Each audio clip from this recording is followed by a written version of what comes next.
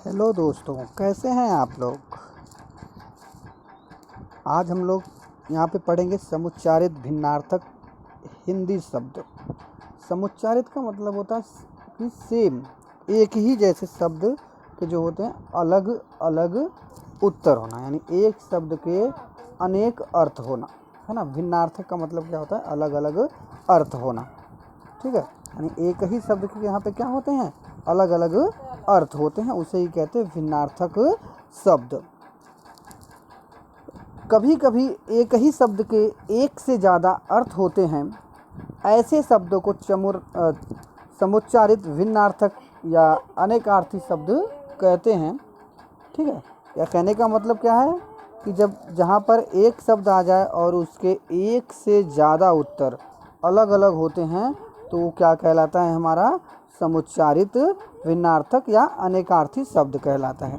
जैसे यहाँ पे आप लोग एग्जाम्पल्स देख रहे होंगे।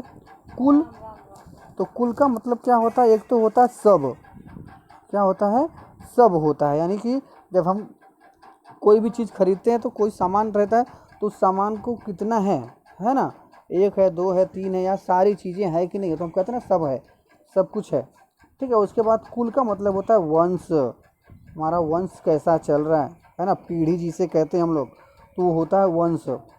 उसके बाद होता है वर्ण, ठीक। वर्ण का मतलब एक होता है जाति और दूसरा होता है अक्षर, ठीक है।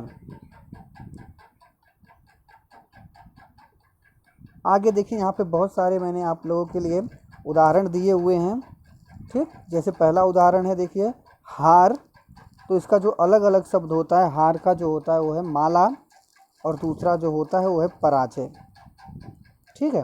पहला क्या होता है, माला, और दूसरा होता है पराजय। और कभी कभी एग्ज़ाम में क्या कर देता है, हमें पूछ लेता है कि उसका वाक्य भी बनाओ, ठीक। तो मैंने यहाँ पे वाक्य भी बनाया हुआ है। जैसे नेता के गले में फूलों का हार है, ठीक। और थोड़ी सी चूक के कारण हार का सामना करना पड़ा, यानी एक ही चीज़ का यहाँ पे कितना मीनिंग निकल रहा है, दो दो अर्थ निकल रहे हैं, तो इसी को कहते हैं भिन्नार्थक शब्द। उसके बाद है वार। वार का मतलब एक क्या होता है, प्रहार, और दूसरा होता है दिन, ठीक।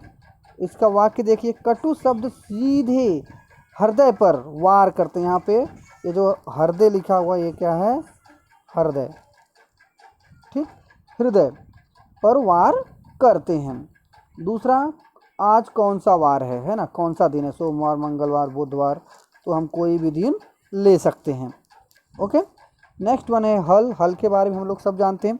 एक होता है मैथ्स का क्वेश्चन, है ना, जिसे हम सॉल्व करते हैं, उसे कहते हैं समाधान करना, यानी हमारे सवालों का आपने सही समाधान किया। जो कोई भी समस्या होती है उसका हम क्या करते हैं, समाधान करते हैं, ठीक है। और दूसरा, एक जो किसान है वो अच्छी तरह से जानता होगा कि हल क्या होता है। तो हल क्या होता है, खेती का एक औजार होता है जिससे खेती की जाती है, ठीक है। इस प्रश्न का हल बताइए, ये क्या है, क्वेश्चन है। और दूसरा क्या है, किसान हल से खेती करता है। उसके बाद है सीना। छाती उसका सीना लंबा चौड़ा है, यानी छाती के अगर हम सेंटेंस बनाएंगे तो उसका सीना लंबा चौड़ा है। और दूसरा, सीना का अर्थ क्या होता है, सीना एक क्रिया है ना, जो सिलाई मशीन, जो हम सिलते हैं, कपड़े सिलते हैं, ठीक है। मुझे कपड़ा सीना अच्छा लगता है, यानी एक ही शब्द के यहाँ पे दो दो अर्थ निकल रहे हैं, ठीक है, एक से ज़्यादा अर्थ निकल रहे हैं, ठीक। जहाँ पे एक से ज़्यादा अर्थ निकलते हैं वही होता है हमारा भिन्नार्थक अर्थ। उसके बाद है ज्वार। ज्वार क्या होती है, एक फसल होती है।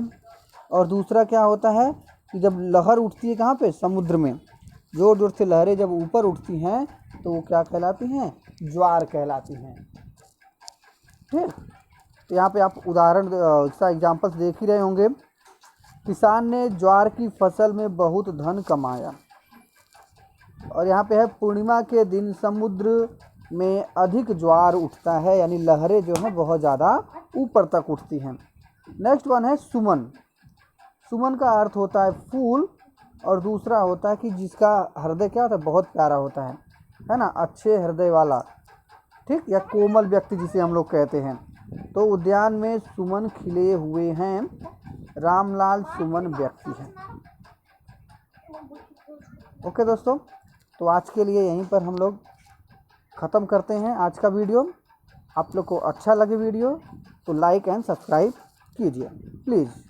धन्यवाद।